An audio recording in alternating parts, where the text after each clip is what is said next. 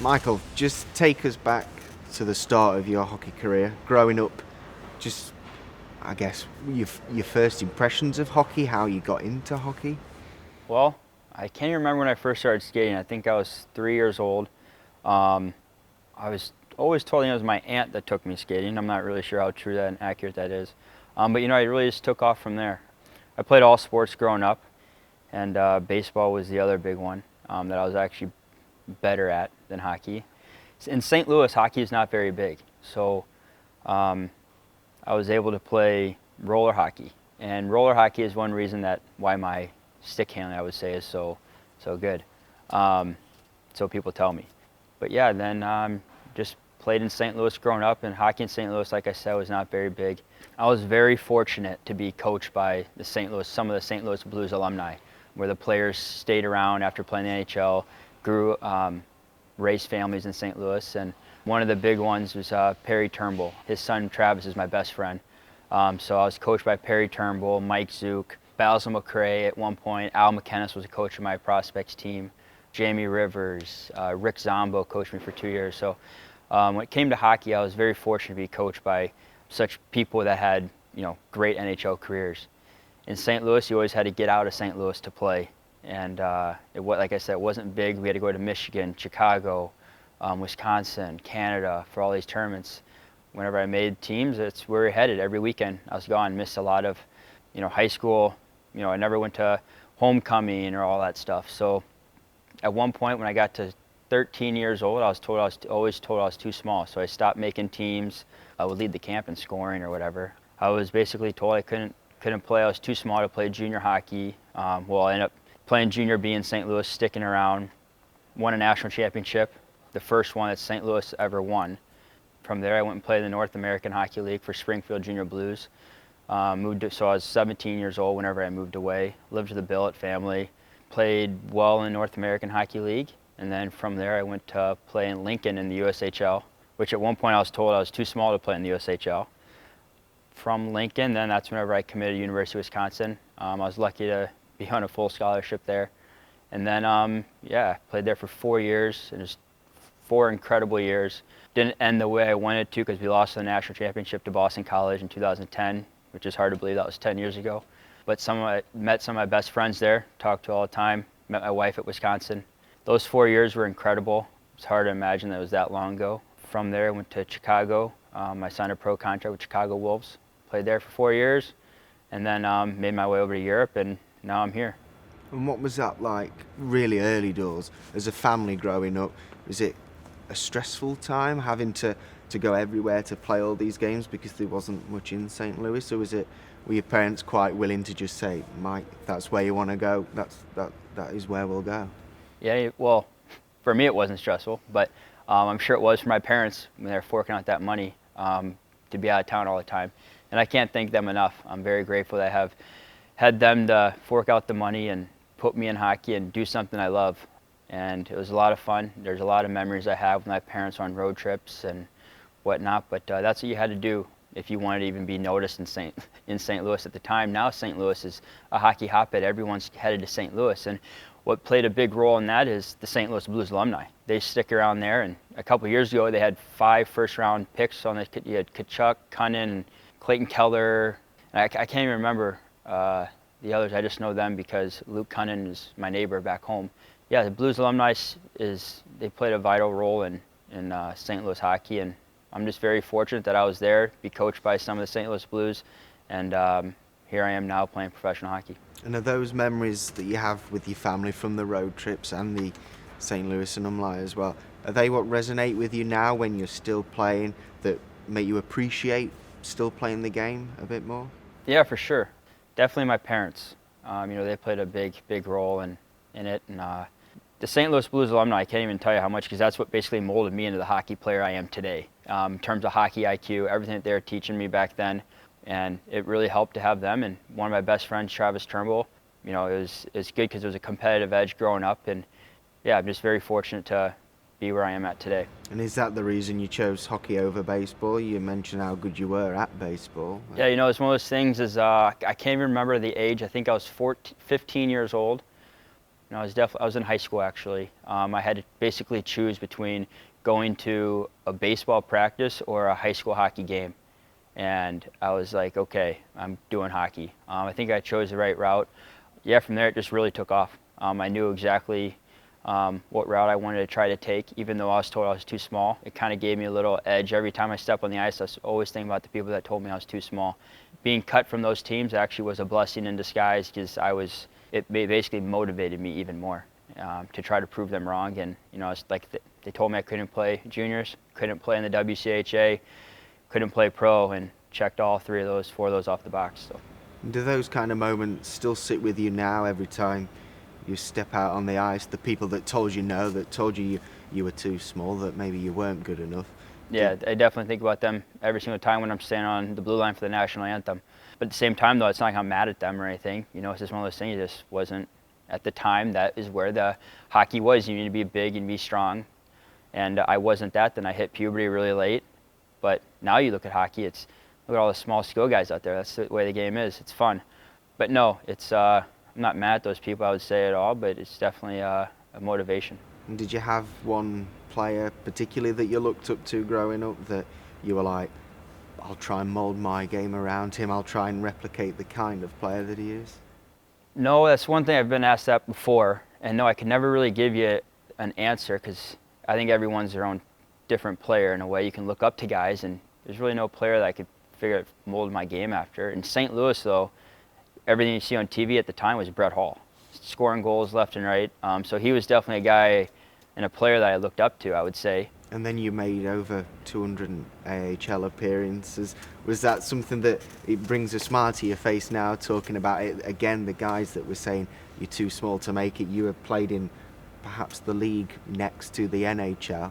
To be so close to that NHL call-up almost, does that sit with you now? You look back at it and think, I kind of made it, really. I'd say it's one regret. I wouldn't say regret. I think I left North America too early. I was never drafted. I was a free agent. I was in a new organization. Even though I was with the Chicago Wolves, it was a new NHL organization every year, pretty much. And so whenever I would start the season, I basically had to, learn new coaching. There's a new coach every year. So I think only in my 10 years pro, I only had the same coach 2 times. So it was tough, learning new coaching, tactics, systems, and getting a coach to trust you and know who you are as a player, right? And then my 4th year in Chicago, I had a great year, great finish, but at the time I was kind of just getting sick of not really playing much. And I just wanted to go play. And I got a contract offer over in Dusseldorf, and I signed. And now looking back on it, the season I finished with and everything, I would like to know what would have happened if I would have stayed over there. But everything happens for a reason, and looking back, it was time for me to head over to Europe. I don't regret, I guess, that at all. I had an incredible time in Europe and have had an incredible time. Met some great people, seen a lot of the world, and there's some things you can just, I'll never forget. Does that sum you up as a person? You mentioned that you weren't satisfied not playing much. Are you one of those kind of players that would rather be on, let's say, a lesser team but playing more minutes, contributing a lot more than sat on the sidelines watching whilst everybody else was lapping it up? No, I wouldn't say I'm like that at all. I just want to win. And it doesn't matter where I'm at. You want to win. That's that fight that's in me. I'm very competitive. No, but that's definitely not it. Is that what helps in your move over to Germany? Did you look over and think, I've got a chance of winning something over in Europe, and it's maybe a lot different to the paths that a lot of players in the NHL would take? I would say that first year in Germany, I really wasn't looking at winning, I would say. It was just a great contract offer that I couldn't really pass up at the time. And I knew I wasn't going to make that back in America. But now I want to win. I'm at the end of my career. I don't know how many more years I have left, especially now with the game getting younger and faster. I just want to win. It's one reason why I came to Sheffield, and I want to go out winning a championship at the pro level. Was it an easy decision to move abroad with your wife, with maybe the potential of starting a family? Is that something that is always taken into consideration when you sign contracts elsewhere? Yeah, for sure. That's one thing I definitely look at now that I have a daughter. When it was just my wife, you just want to make sure it's a safe city and whatnot. But now I have a daughter, and the doctors and everything, you want to really make sure where you're where you're playing and you're in a good city, and Sheffield's a good city for that. What was the culture like in Germany? Was it an eye-opening experience, a different language completely? Oh, yeah, it was a very different, different language, and they would get some words mixed up. And I'll give you one story. I think I had the flu or something. I forget what I had. I was sick, so I had to go to the doctor, and they went to go put an IV in me to give me obviously fluids. But at the time, I didn't know what exactly was going in me, and so I'm laying there, and I was like, what is this? And she was like, you can tell she really didn't speak much English, but she knew a little bit, and she was like, euthanize, we're euthanizing you. And I was like, I thought for a second, and it's already going in me. I'm like, euthanizing, and I yanked this thing out, the IV out, and she's like, what are you doing? Yeah, she's screaming in German and whatnot, and then doctor comes in and trying to translate what she just told me, and she meant immunize. I was like, you can't mix up two words worse. But no, Germany was a great experience, and the language barrier was very tough at first, but you have like 9 to 11 imports on each team, so most of them were North American, and so it helps with some guys and you have guys that have their German pass too. So I mean, English is in the locker room everywhere over here, Germany, Austria here, obviously. So it was an easy transition. We had a lot of fun there. And is that the only euthanizing experience you've had throughout your career? That's the only one. But God, that scared me. And what maybe stands out as your proudest moment in your career so far? Is there something you look back on and think, yeah, okay, that's something that will live with me forever, no matter what happens? Proudest moment? I mean, there's a lot off the top of my head. I would say just going to University of Wisconsin, getting a degree there, being coached by Mike Eves, Marco Siki, Kevin Patrick, those guys who are so well known in the hockey community. I met some of my lifelong best friends there, and met my wife there. And Madison, Wisconsin will always play a big role in my heart. When I always look back, I'd say Wisconsin, but of course playing pro. Not many guys get to play pro or get that opportunity. I was given an opportunity because my parents put me in hockey. So it all goes back to them, and I can't thank them enough. And what was your degree in? What did you pick it up? Sociology, yeah. I tried for the business, but I was there to play hockey, and just didn't get into business school. Is that something maybe you'll look at post-career? Yeah, for sure. I just started a sports group, you would say, called the Precision Sports Group. And what that is basically a player assistance. We assist players in anything from insurance, taxes, pension benefits while playing in Germany and Austria. And when guys get injured over in Germany and Austria, it's how can I go about getting my benefits? What are my benefits that are included? Can I get rehab back home? Can I get surgeries back home? How does all that work? So I'm learning a little bit about it right now, but at the same time, it's a good business that has taken off, so I'm hoping to do that whenever I'm done.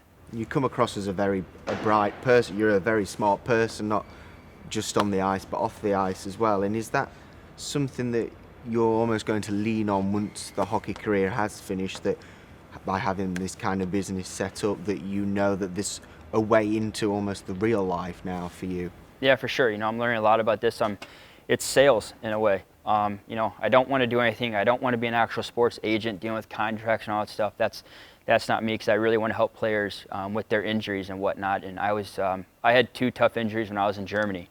I had an ankle injury and then a knee injury. And how I figured, I basically had to do all that stuff on my own, and then that's what basically led me into this. And I have 71 players right now. I actually have some guys that I'm helping here in this league with private insurance and stuff like that. I don't sell the insurance or anything, but no, just helping them and assisting them in what their benefits are and what they can be doing over in Europe to make sure that they're fully covered and know what to do. Because sometimes everything you hear about in the locker room or through other guys, it turns out it's actually wrong.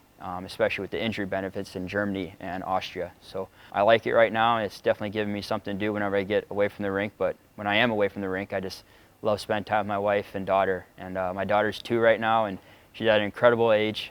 It's awesome.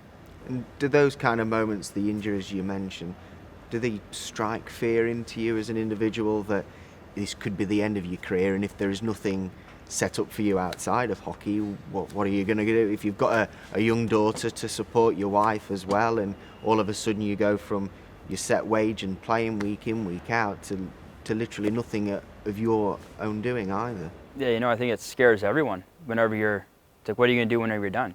All you've known is this lifestyle, great paycheck coming in, and then all of a sudden, boom, one day it's gone. And it's one of those things that you just got to be prepared, and I think I have prepared myself as much as I possibly could. It's good to have a degree, and I actually have one more class that I need to complete before I'm done, but I'm right there. Where there are players that they're not sure what they should do.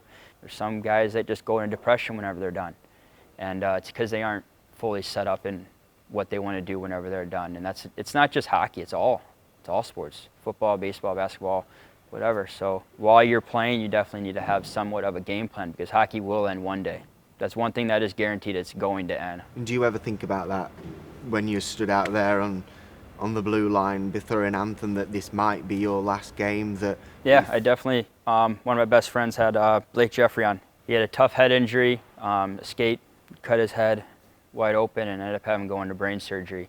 And ever since then, I really think about, and that was his last game, and it's heartbreaking because he could have had a really long NHL career. He still had a great NHL career, and he's my best friend. And I think about him every single game when I'm standing on the blue line, because his career all of a sudden was ended like that. And so I say a prayer during every national anthem, thanking God that, let me play this game and just enjoy it while I'm here. And we've seen you've been involved in a few incidents this year that maybe out of the ordinary that you'd expect in the hockey world. When things like that happen, how do you react as an individual? Because you were out for some time after the incident that happened here. Does that again add to the fear of that your career could be done, that it could be over? Yeah, I think about that all the time, especially now that I'm older, and the lights at the end of the tunnel. You don't know how many. At the same time, you never know how many games you have left, right? But no, I think the one thing with the peg incident that really bothered me was I gave it to a fan, and they can suspend me for all they want for that, but I gave it to a fan. And I've done it before. What I normally do is I put it in guys' suit pockets, So that really, really bothered me about that. And then the blood incident with the glove, I wish I could remember that. So that's one thing. But, when I was suspended, sure, I see why they suspended me, but I don't remember that at all. And that's what I think is absolutely crazy, that I was suspended for that. There's never question, nothing. Whatever it is, what it is. But yeah, I was definitely thinking about that. Is that my last game? What's going to happen? Yeah. And now I just feel like there's a target on my head whenever I'm out there, because one little incident, I'm a repeat offender for the second time now, right? So the way I've had to manage my game this season is very different based off that, because I can't be as aggressive as I normally am because of those two incidences. And that's been the toughest part of this year, I would think. And I think over the last couple of weeks here, I've finally figured out my game. And it's been going well. And I wouldn't say you've not been playing with fun this year, but after the first incident in Nottingham and then the one here against Manchester, we kind of saw a different Michael Davies that what we maybe saw in pre-season, and then in, like you said, these last few weeks, maybe that Michael Davies with the knowledge and understanding of the league now, we are seeing you as a player, and you're scoring goals, you're involved in games at key moments. Aaron's relying on you in the pressure situations as well. So would you say now you know the league for what it is and what you're going to get from the league? First is, it's a very different game than Germany and Austria. And that was tough for a lot of us that are new to this team and league that we've been talking about. That's when St. Pierre left, and then someone needed to come in and play center. And I said, hey, I played center before. I just needed some time to figure it out. And then while I'm trying to figure out center that I haven't played in 3-4 years, trying to figure out a new league, different style of play. I'm still trying to figure out my line mates, who the heck they are, and still trying to find my role in the team. Then I get suspended, the first time, then I get suspended the second time, whatever. But no, I finally figured out, I think the best thing for me was actually sitting up there and seeing the game from up top, because I was able to figure out, see little holes that are open, see how guys play, see guys' tendencies on our team. And then from there, it just took time to figure it out. And I've been rolling since. Hopefully I can keep it going. It's a good ride right now. And are you a good observer of the game? You mentioned you were sitting up there, and I'd walked past you a few times when you were out suspended, and I could hear almost the frustration, when the frustration was with the fans as well, that you'd maybe pick up on a play that nobody else would spot, and it kind of fits into the player you are. I've compared you before to an ex-Steelers player, Colton Fretter, that was here a few years ago. He had hands very similar to yours. He could create those pockets of space. He'd find himself in a similar spot on the power play as well. Is that because you can read the game so well? Again, your hockey IQ is... Going back to my hockey IQ, I think it starts back with the Blues alumni and the way I was taught growing up. But then also pro, I played 205-6 games or whatever it was in the American League. I sat out a lot. And basically being a healthy scratch, because I wasn't drafted, so the prospects always got the eye right over me. And from there, I was really able to basically dissect the game and see a different game. And then some of my coaches would tell me to look at different tendencies, see how different guys play. Came here, and then my first year in Dusseldorf, I was suspended for doping, which was a crazy story. That's another thing. Wasn't actually doing drugs or anything. It was just an error by the doctor with a medication I take from back home. So I was able to watch hockey again for half a season. And then I've just always been watching hockey, and that's how I was able to pick up on my hockey IQ, or why my hockey IQ is, I would say so high. But yeah, when I was watching those games up there, I was able to actually see how this game is played differently over here. It's definitely, I was able to transition it right whenever I got back and played. So, but I like the pressure situations I'm in, and it just took me a while to figure out center. How do you find out playing here in this arena to other arenas when we've gone into Manchester before and we struggled early doors with the smaller ice, the boards, everything is a whole lot different. But how do you as a player sort of move into those situations? Because you're not the only new player to have played in Manchester for the first time this year, but other teams adapt, they adapt, but is it a big deal? Is it, because as fans they'll look at the game and they'll think it's maybe Manchester's team aren't the Sheffield team, but why are we struggling and they're all right with it? First off, I like playing in Manchester. I know people say, it is what it is. I don't know what the dimensions are, but I think it's like 170 by like 60 or something crazy.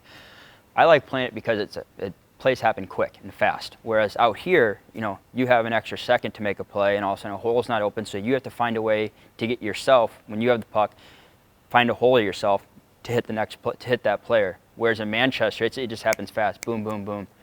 I think that's why sometimes Manchester might struggle, because they're used to playing and practicing on their ice, and then they come out to the bigger ice, and it's completely different for them.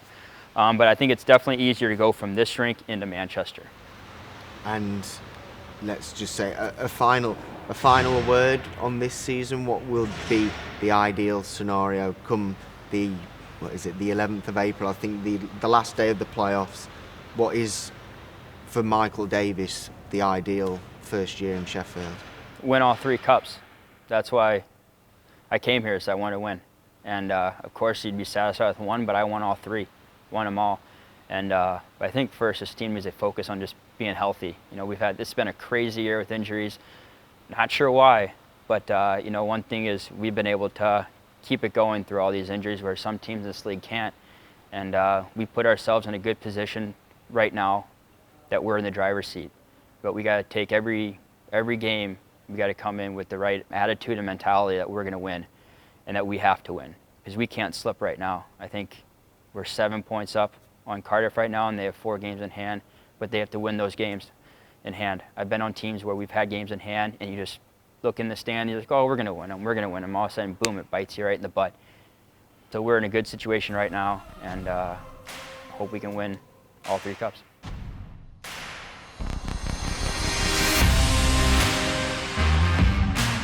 See, a guy I played with in Glasgow, Guillaume Doucet, took over the Nottingham position, and he was calling me and really wanted me to go to Nottingham as well. But you're more than happy to annoy every other fan base with your style of play? Yeah, for sure. I mean, it's kind of been my whole career. That's kind of been my MO. I don't necessarily do it on purpose, but I know what makes me an effective player.